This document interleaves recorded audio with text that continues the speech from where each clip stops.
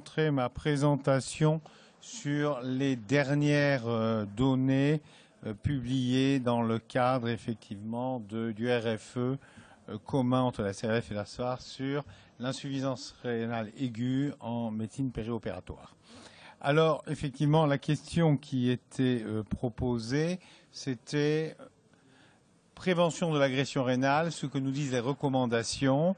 L'agression rénale, comme l'a montré Michael Darmon avant moi, c'est cette phase, je dirais, le kidney attack qui précède, je dirais, le damage, c'est-à-dire la lésion rénale.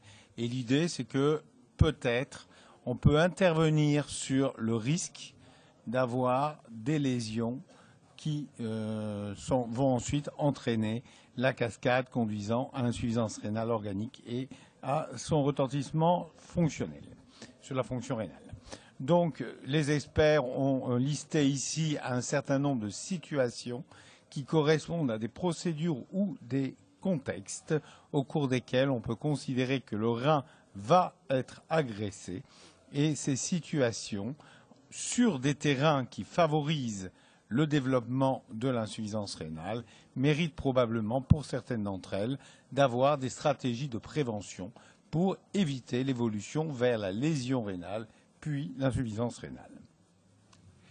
Alors, la première chose qu'on regarde effectivement dans, je dirais, cette démarche, ou que les experts ont regardé, c'est les produits de remplissage, les solutés de remplissage vasculaire, avec un certain nombre de questions sur d'abord leur qualité.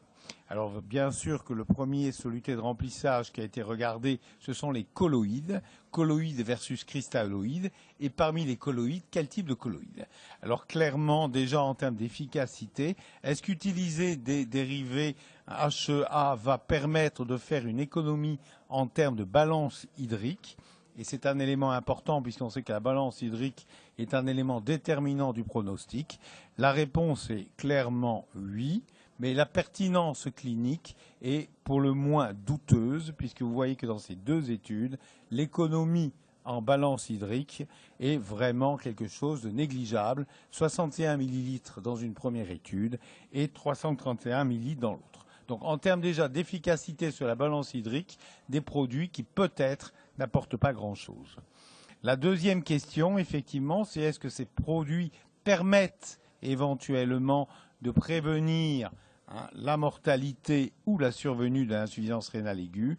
Et là, je vous ai mis effectivement les résultats des méta-analyses. Il y en a plusieurs, elles vont tous dans le même sens. On voit que la plupart des études qui ont essayé de comparer ces produits versus cristalloïdes aboutissent à une conclusion qui n'incite pas actuellement à utiliser ces produits en réanimation. Et effectivement, les experts sont allés dans le sens des recommandations de l'HAS et les HEA ne doivent plus être utilisés chez le patient septique, le patient de réanimation ou le brûlé. L'utilisation reste possible en cas de choc hémorragique lorsque les cristalloïdes ne sont pas suffisants. Voilà. En réanimation, il ne faut pas utiliser les HEA, ont clamé les experts. Deuxième question, l'albumine.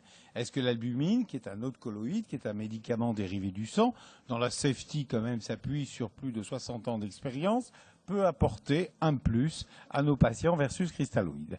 Vous avez là aussi une méta-analyse qui reprend à peu près les résultats des méta-analyses qui vont toutes dans le même sens, c'est-à-dire qu'on n'arrive pas à mettre en évidence que ce soit vis-à-vis d'un mélange cristalloïde et colloïde, ou que ce soit que contre les cristalloïdes ou que contre les colloïdes, un effet significatif de l'albumine dans la prévention de la mortalité au cours du remplissage.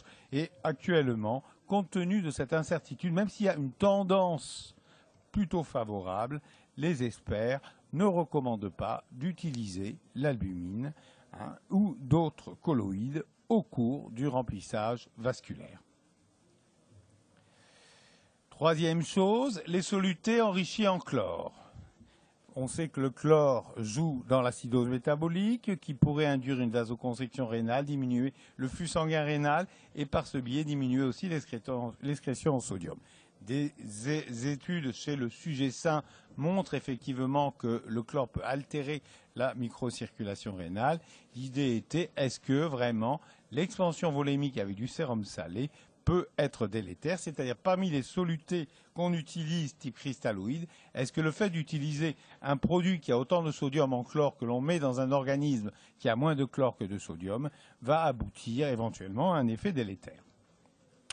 Là encore, un certain nombre de travaux sont à notre disposition, tous de médiocre qualité, et ils montrent tous, si on se limite aux essais randomisés contrôlés, que cette hypothèse actuellement n'est pas soutenue par, effectivement, en pratique, les données. Ici, c'est manifestement sur la mortalité. Ici, c'est sur la survenue d'insuffisance rénale aiguë. Il y a une petite tendance ici plutôt en faveur des solutés faibles en chlore. Actuellement, donc, semble-t-il, la question reste toujours posée. Vous savez que cette étude est sortie récemment, qui comparait effectivement deux groupes de patients, ceux qui recevaient du plasmalyte versus ceux qui recevaient du sérum salé, et clairement, on ne voit pas de différence entre eux, si ce n'est que ces patients n'ont pas reçu de produits de remplissage, et puisqu'ils reçoivent en moyenne des doses de produits de remplissage qui sont extrêmement faibles, et on peut conclure de ce travail que quand on ne remplit pas les patients, qu'on leur donne effectivement un cristalloïde ou un autre, ça ne change pas grand-chose. Les experts recommandent cependant plutôt de préférer les solutés balancées en cas de remplissage vasculaire important. L'accord est fort, mais en grade de plus. Chacun fera comme il le sent. Qu'en est-il de la pression artérielle moyenne? Vous savez qu'effectivement, la Survival Sepsis Campaign recommande une pression artérielle moyenne de 65. Un certain nombre d'études suggèrent effectivement que monter la pression artérielle moyenne pourrait peut-être préserver la fonction rénale.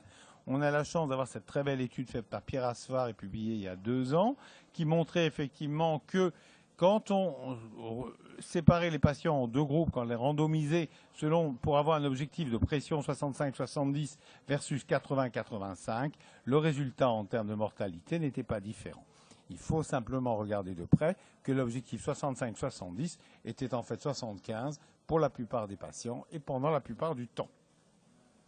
Quand on voit une analyse de sous-groupe, je suis désolé par le décalage qui s'est produit ici, ce qui est sûr, c'est que si on regarde a posteriori le sous-groupe des patients qui avaient effectivement une hypertension artérielle chronique, il y a probablement un gain à faire monter la pression artérielle dans le groupe au-dessus, c'est-à-dire dans le groupe 80-85.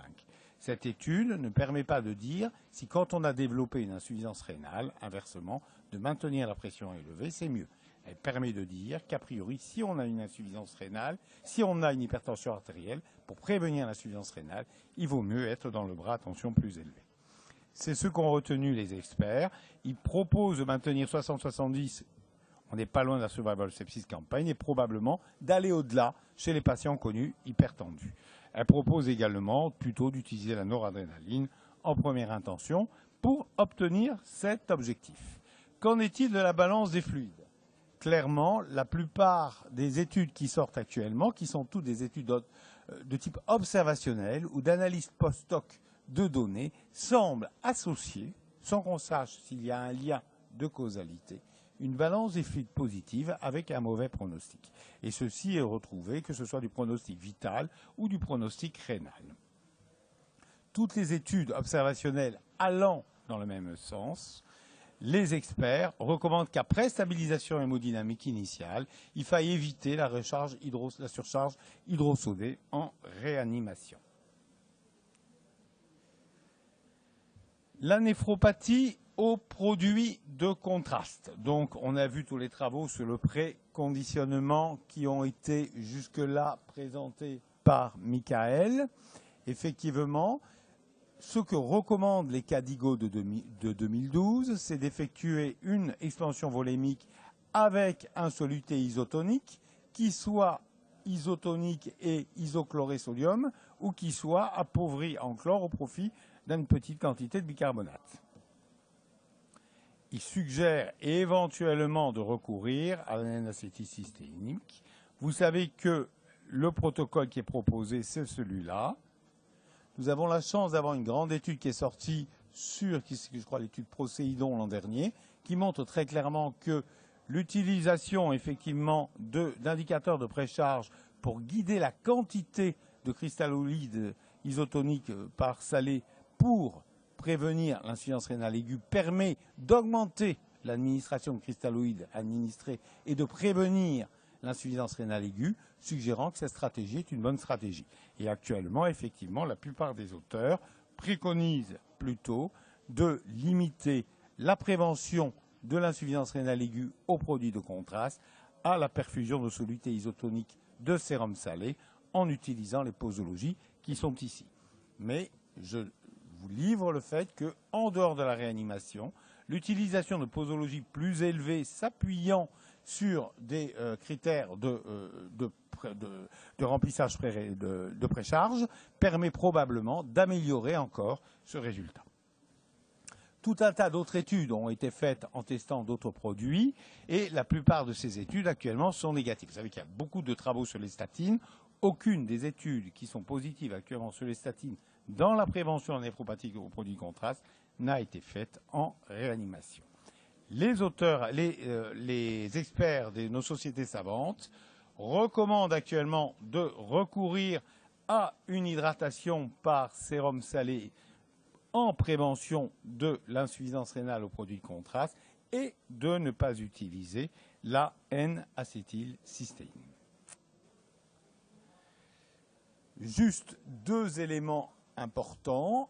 Quand on regarde l'ensemble des études qui ont été publiées sur la N-acétylcystéine, elles vont toutes à peu près dans le même sens, c'est-à-dire où elles sont neutres, ou elles vont plutôt dans le bon sens, mais avec une hétérogénéité catastrophique. Quand on regarde toutes les études sur le bicarbonate, elles sont plutôt ou négatives, ou certaines positives, ou certaines dans l'autre sens. Vous savez qu'en France, on utilise du bicarbonate à 14 pour 1000. Une seule étude a randomisé bicarbonate à 14 pour 1000 contre sérum salé isotonique. Elle n'a pas trouvé d'avantage au bicarbonate à 14 pour 1000. Néanmoins, c'est une étude qui a été publiée dans NDT en fin d'année dernière. Les patients qui recevaient du bicarbonate avaient 250 cc, les patients qui recevaient du sérum Phi avaient 1 litre. L'étude n'est pas à équilibre. Ceci va conduire à la mise en place d'une très grande étude internationale qui va inclure 8600 patients dans le but à 4 bras de tester enfin et de pouvoir conclure ce débat entre sérum salé, bicarbonate et NAC à 2 doses différentes. Et je crois qu'en attendant cette étude, il faut appliquer les recommandations de nos experts des sociétés savantes. Ensuite, qu'en est-il des aminosides et des autres antibiotiques? Là, la conférence n'a rien apporté de nouveau, c'est-à-dire qu'effectivement, les aminosides doivent pouvoir être administrés plutôt en une dose unique quotidienne. Les experts ne se sont pas mêlés du cas épineux de l'endocardite et du neutropénique. Au maximum 3 jours, ça ne veut pas dire qu'il faut le faire forcément 3 jours, en monitorant les taux résiduels, éventuellement pour réinjecter. Et ce qu'ont dit très clairement les experts, c'est qu'il faut éviter d'utiliser les anti-inflammatoires non stéroïdiens. Je ne crois pas qu'ils aient une grande place dans la plupart des services de réanimation où il y a des patients sceptiques. Ils peuvent parfois avoir connu une certaine vie dans des réanimations qui gèrent de la douleur, mais c'est autre chose. Pour les IEC, les ARA2, les experts sont restés sur une approche traditionnelle, c'est-à-dire qu'actuellement, même si ces médicaments sont censés préserver l'oxygénation au niveau de l'artériole efférente, ils ne sont pas recommandés actuellement dans la prévention de l'insuffisance rénale aiguë et ne doivent pas être proposés à des patients qui sont en état de choc. Une chose importante qu'ont dit les experts et que je souligne, même si ce n'est qu'un avis d'expert, c'est que les patients doivent être soignés. C'est-à-dire qu'il est hors de question de ne pas proposer un examen diagnostique sous prétexte qu'on ne peut faire que celui-là et qu'il est à risque d'insuffisance rénale aiguë, si ce patient, effectivement, en a besoin pour avoir un diagnostic qui peut aboutir sur une stratégie thérapeutique très différente et qui peut modifier son pronostic. C'est-à-dire qu'il ne faut pas refuser un scanner injecté à un patient qui en a besoin pour avoir un diagnostic qui puisse conduire à une intervention thérapeutique vraie. Si on a des stratégies alternatives, tant mieux, mais en aucun cas, si c'est l'outil nécessaire, il faut le faire. De même, l'utilisation de produits néphrotoxiques, et là on pense particulièrement aux aminosides, ne doit pas être interdite aux patients à risque d'insuffisance rénale aiguë ou en cours d'insuffisance rénale aiguë qui en auraient besoin dans le cadre d'une stratégie thérapeutique optimisée. Qu'en est-il du furosémide? Là, effectivement, on a un certain nombre de... Je suis désolé pour la mauvaise qualité de la diapositive.